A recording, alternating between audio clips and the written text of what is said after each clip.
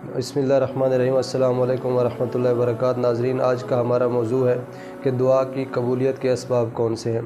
तो उसके लिए अगर आप देखें कि नबी पाक सल्लल्लाहु अलैहि वसल्लम ने जनाब सैयदा सलामुल्लाह अलैहा को इरशाद फरमाया कि मैं आपको जो है दुआ की कबूलियत का बेहतरीन दिन और वक्त बताना चाहता हूँ।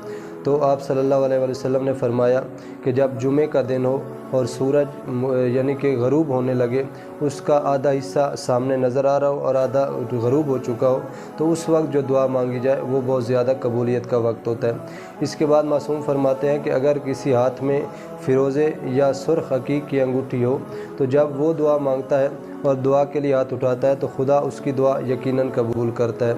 यानी ये चीज़ें जो है ये दुआ की कबूलियत के असबाब में से हैं। इसके बाद अगर आप देखें कि कुछ ऐसी चीज़ें होती हैं जो सबसे ज़्यादा इस्तेमाल करने के लिए या उन पर अमल करने के लिए हमें हुक्म दिया जाता है। सबसे ज़्यादा जो चीज़ है वो रिज़्क़ हलाल है। यानी जब आप रिज़्क़ हलाल इस्तेमाल करते हैं या खाते हैं तो उसके लिए जो है आपकी दुआ की कबूलियत में ज़्यादा असर होता है। इसके बाद अगर आप देखें तो मासूम फरमाते हैं कि जो बंदा एक दुआ को 40 बार मांगता है तो उसकी दुआ वो ज़्यादा कबूल होती है। या जितने ज़्यादा मोमिनीन होंगे वो जब दुआ इज्तमाई तौर पर मांगेंगे तो उस दुआ की कबूलियत के भी असबाब ज़्यादा होते हैं।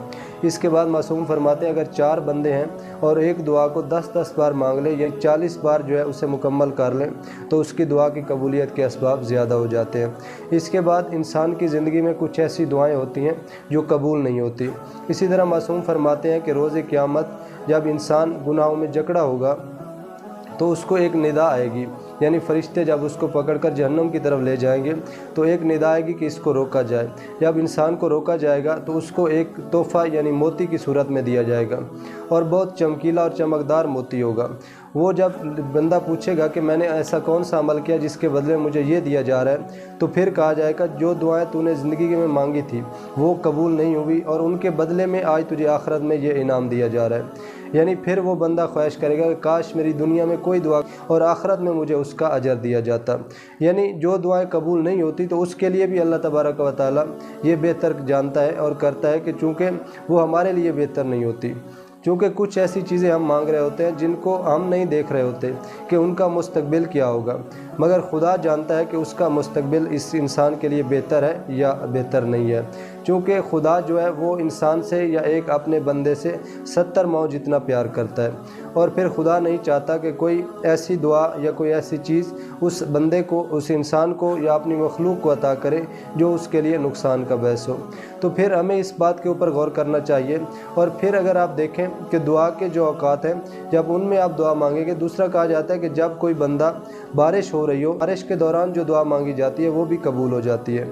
इसके बाद मासूम फरमाते हैं कि अगर किसी बंदे के ऊपर बारिश का पहला कतरा गिरे और फ़ौरन वो दुआ मांग ले तो वो दुआ उसकी कबूल हो जाती है। इसके बाद खाना खुदा यानी खाना काबा में अगर आप दुआ मांगें तो वो भी कबूल हो जाती है। इसके अलावा बाकी मकामात यानी कि मासूमीन अलैहिस्सलाम के मज़ारात वगैरह जो हैं उनमें अगर दुआ मांगी जाए तो वो भी कबूल हो जाती है। यानी इसके बाद अगर औकात कुछ ऐसे हैं या कुछ ऐसी जगह हैं जिन पर दुआ मांगने के लिए कहा जाता है कि अगर उस मकाम पर दुआ मांगी जाए तो वो दुआ कभी जो है वो रद्द नहीं होती। यानी ये चीज़ें होती हैं। और कबूलियत का सबसे बेहतरीन जो ज़रिया है या एक मामला है वो हलाल रिज़्क़ है। यानी जब आप अपनी ज़बान से हलाल रिज़्क़ खाते हैं या झूठ नहीं बोलते तो फिर भी आपकी दुआ जो है वो जल्द कबूल हो जाती है। यानी ये चीज़ें होती हैं दुआ की कबूलियत के असबाब में से।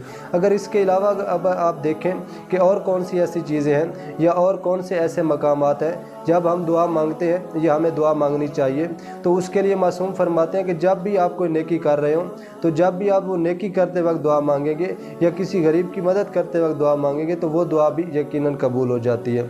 तो हमें कोशिश करनी चाहिए कि ऐसे मकामात या ऐसे असबाब पैदा करने चाहिए कि जिनके लिए हम दुआ मांगें तो वो हमारी दुआ फ़ौरन कबूल होनी चाहिए। वस्सलाम।